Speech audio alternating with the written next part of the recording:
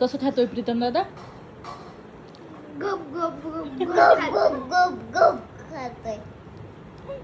तर आजच्या दिवसाची सुरुवात झाली अर्णव आणि रिद्धीच्या फुल ऑन कॉमेडीने. खरं सांगायचं तर सकाळी एवढी एनर्जी माझ्यात नव्हती जितकी या दोघांमध्ये होती. त्यानंतर माझी एंट्री झाली माझ्या फेवरेट मॉर्निंग एनर्जी ड्रिंकसोबत. हो, तोच तो माझा गुळाचा ब्लॅक टी. मग थोडासा ब्लॅक टी प्रीतमला दिला आणि नंतर मम्मीने बनवलेले ड्रायफ्रुट्स आणि मिक्स सीडचे हेल्दी लाडू खाल्ले. नंतर मी रेडी झाले, कारण आजचं मिशन थोडंसं स्पेशल होतं. सॅम आणि सृष्टीच्या लग्नाची पत्रिका दगडूशेठ गणपतीकडे ठेवायला जायचं होतं आणि पत्रिकेवर नाव लिहायचा मान मला मिळाला. सॅमचा उपवास असल्यामुळे आधी त्याच्यासाठी साबुदाणा वडा आणि ताक घेतलं.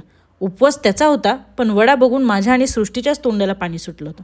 आणि ही सृष्टी बघा, पूर्ण रस्ताभर ताक सांडत सांडत चालली होती. पुण्यातलं ट्रॅफिक कसंबसं पार पाडून आम्ही पोहोचलो दगडूशेठ गणपतीला. पार्किंग मिळाली म्हणजे अर्धी लढाई जिंकली असं पुण्यात मानलं जातं. मंदिराबाहेर एवढी गर्दी होती की एका मोमेंटला वाटलं बाप्पा दर्शनाआधी आमची पेशन्सचीच परीक्षा चालू आहे की काय. पण एकदा दर्शन झालं ना की सगळी धावपळ विसरून जाते. पत्रिका ठेवली, मस्त शांत मनाने दर्शन घेतलं आणि थोडा वेळ तिथे निवांत बसलं. आणि त्यानंतर सुरू झालं लग्नाघरातलं खरं काम, म्हणजे शॉपिंग. रुखवतीचं सामान घ्यायचं होतं.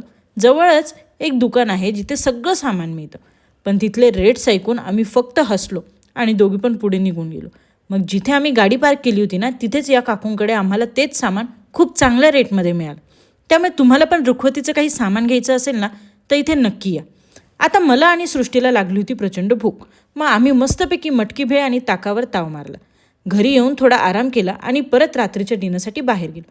आता तुम्ही म्हणाल काय नुसतं खात असतात, पण नेमकं आज सॅम आणि प्रीतमचा उपवास होता आणि दोघांना खूप भूक लागली होती, म्हणून आम्ही हॉटेलला गेलो. हॉटेलमधली वेटिंग बघून वाटलं टेबल मिळेल की त्याआधीच आम्हाला किचनमध्ये जाऊन काहीतरी बनवून आणावं लागतं की काय माहीत.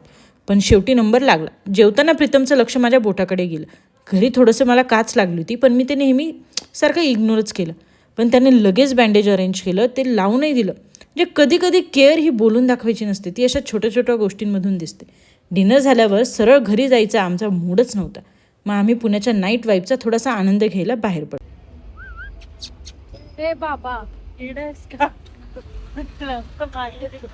आजचा दिवस तर एकदम मस्त गेला, पण उद्याचा प्लॅन मी अजूनही तुम्हाला सांगितलेला नाही. सो भेटूया उद्याच्या ब्लॉगमध्ये. बाय.